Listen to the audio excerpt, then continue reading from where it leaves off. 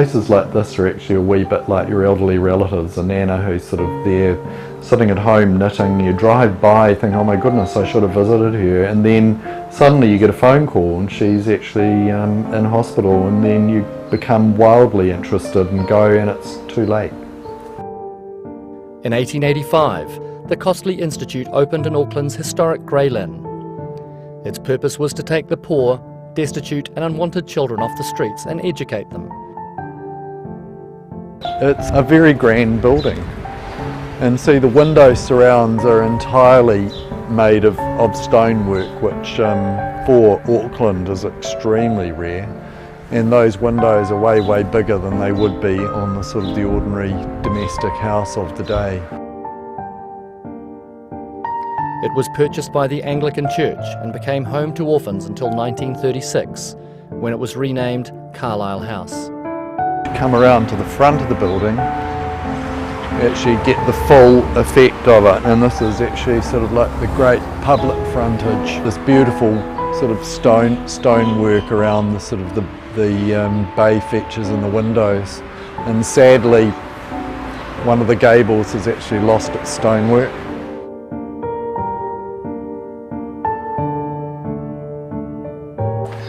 I was sort of watching Auckland lose its memory, basically, or at least the sense of itself having had a past, and that past having had some significance and importance and meaning. Well, I think the thing about Central Auckland is we have a number of sites of significant heritage, and so there are, I think I acknowledge that we've got a lot to do in terms of Auckland heritage. So there are many sites, whether it's St James to the Mercury to Carlile House, where you feel, we need to do better. On the one side, we're looking at preserving the history of Auckland, its European history arguably. This is also the site of the very first Tongan church here in Aotearoa, New Zealand. That surely must have some significance as well. It actually faded in significance as a training establishment once the state became involved in that sphere. The institute was closed in 1908, citing insufficient suitable subjects to warrant the cost. And in the late 70s it was sold to the United Church of Tonga, and at that time, Ponsonby, Grey Lynn, it was very Pacific.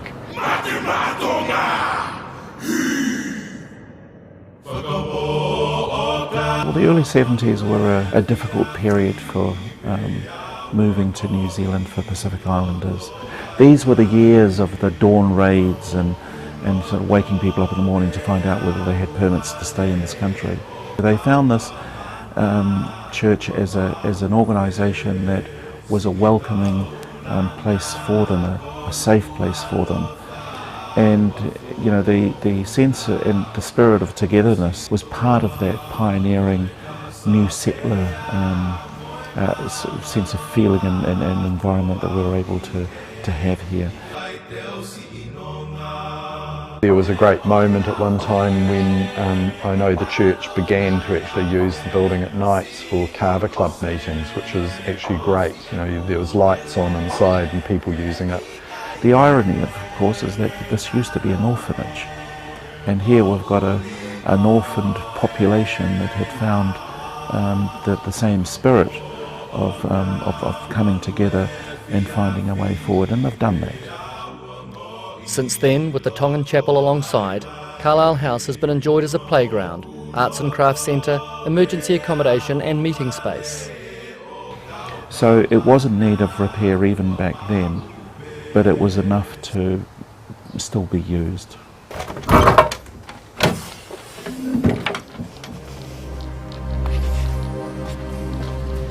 Well, even when we were using it actively, we had noticed leaks coming through the roof. So we repaired that, but then we were quickly told that, look, if you're going to repair this, you've got to do it in accordance to how it was originally. But of course, it's very, very costly.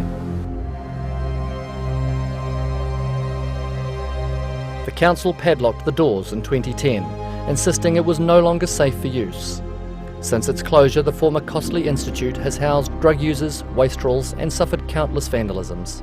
In the time that I've been here, I've actually just seen the building sort of slowly, getting worse and worse. As locals, we want to see it in good condition, because if Jesus was here, he would make sure everything looked well maintained, like windows fixed and the graffiti off the doors. It's actually a huge ask for a small group to be able to actually upkeep buildings of this scale.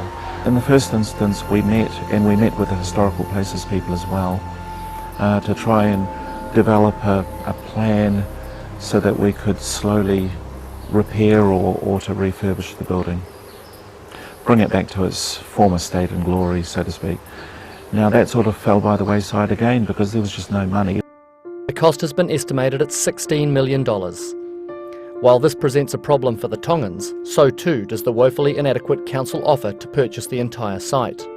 Then the option of the council buying the place outright then became one of the ways forward, and so they came up with a figure that was it was laughable.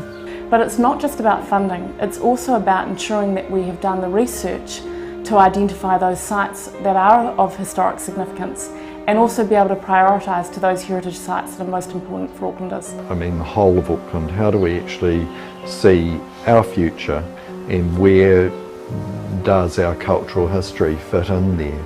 And is our cultural history going to be sort of just an intangible record which, you go to Wikipedia and find out what people did in 1940 and that's good enough? Or do we actually have tangible places, somewhere that you can go and touch and feel and be within spaces that existed and have those touchstones? And this place is definitely a touchstone.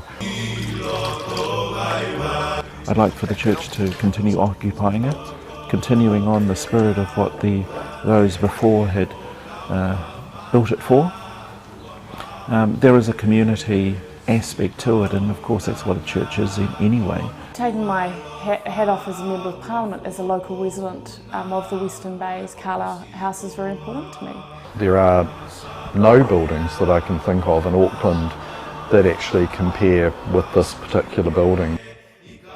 Well, what makes a place interesting like this is its history, that it was an orphanage, it was a training centre, it was a church. Those stories that go with a building are what make the building valuable.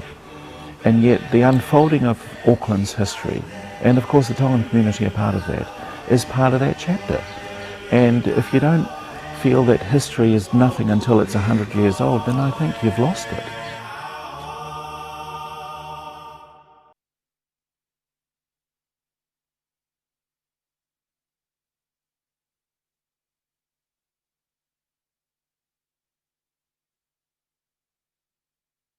Okay, brilliant. Great. Thank you so much.